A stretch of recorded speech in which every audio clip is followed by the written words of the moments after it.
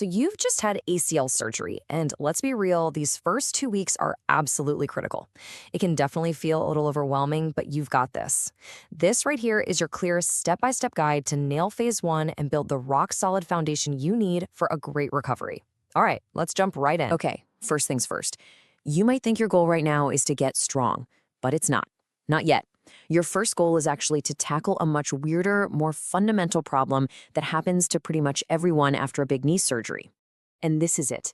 It's called arthrogenic muscle inhibition, or AMI, and this idea changes everything.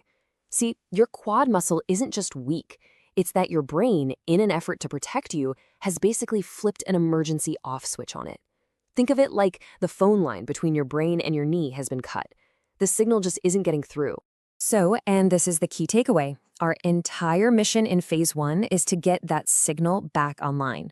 We have to reteach your brain how to talk to your quadriceps muscle again. Everything, and I mean everything we're about to do, starts right here. So, how in the world do we do that? Well, let's get right to it. Our first set of exercises is all about waking up that big sleepy quad muscle and plugging that phone line back in. Our number one most fundamental exercise is the quad set. It's simple. Just sit down with your legs straight out in front of you. Now, put all of your focus into that big muscle on the front of your thigh and squeeze it. You should feel like you're trying to push the back of your knee down through the floor. Hold that squeeze nice and tight for 5 to 10 seconds and then let it go completely. We're going to do 3 sets of 10 of these. Okay, stop for a second, because this slide is non-negotiable. This is your most important safety check. When we try the next exercise, if you see your knee bend, even a tiny bit, as you try to lift your leg, that's what we call a lag. It means the signal isn't strong enough yet. You have to stop and just go back to practicing more quad sets. Don't move on. All right, once you're a pro at quad sets and there's no lag, you can graduate to straight leg raises. Step 1 is always the same. Do a good, strong quad set to lock that knee out. Then, while keeping it perfectly straight, slowly lift your whole leg about a foot off the ground. Now, the most important part is lowering it down slowly and with total control. Don't just let it flop down. Aim for 3 sets of 10 to 15 reps. And remember, no knee lag. Okay, we're waking up the muscle. That's huge. Now we need to focus on getting the knee joint itself moving again. This is all about safely getting back your ability to bend and, even more importantly, to straighten your leg. To work on that bending motion, or what we call flexion, we're going to do heel slides. Just lie on your back and really slowly, really gently slide the heel of your surgical leg up towards your butt. Just go as far as feels okay, no sharp pain. If you want a little extra, you can loop a towel or a strap around your foot and give a very gentle pull. Then slide it back down. Let's do 3 sets of 20 of those. Now for what might be the single most important stretch in all of phase 1. Passive knee extension. The setup here is key. You need to put a rolled up towel or something similar under your heel, and only your heel. That lets your knee hang in the air. Then you just relax. Let gravity do all the work, gently pulling your knee straight. I'm not going to lie, this will probably be uncomfortable, but it is absolutely vital. You just have to hang out here for 2 to 5 minutes at a time. Awesome. The main exercises are covered, but we're not quite done yet. We need to do some support work. This stuff helps prevent serious complications and starts building strength in the muscles around the knee, like in your hips.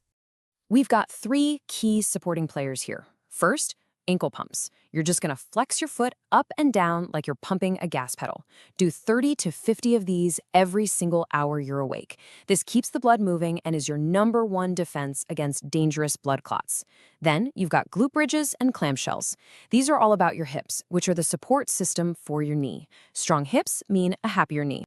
Okay, we've gone through all the exercises, but how you do this whole process is just as important as what you do. So let's lock in the 5 golden rules that are going to make or break your success in these first 2 weeks.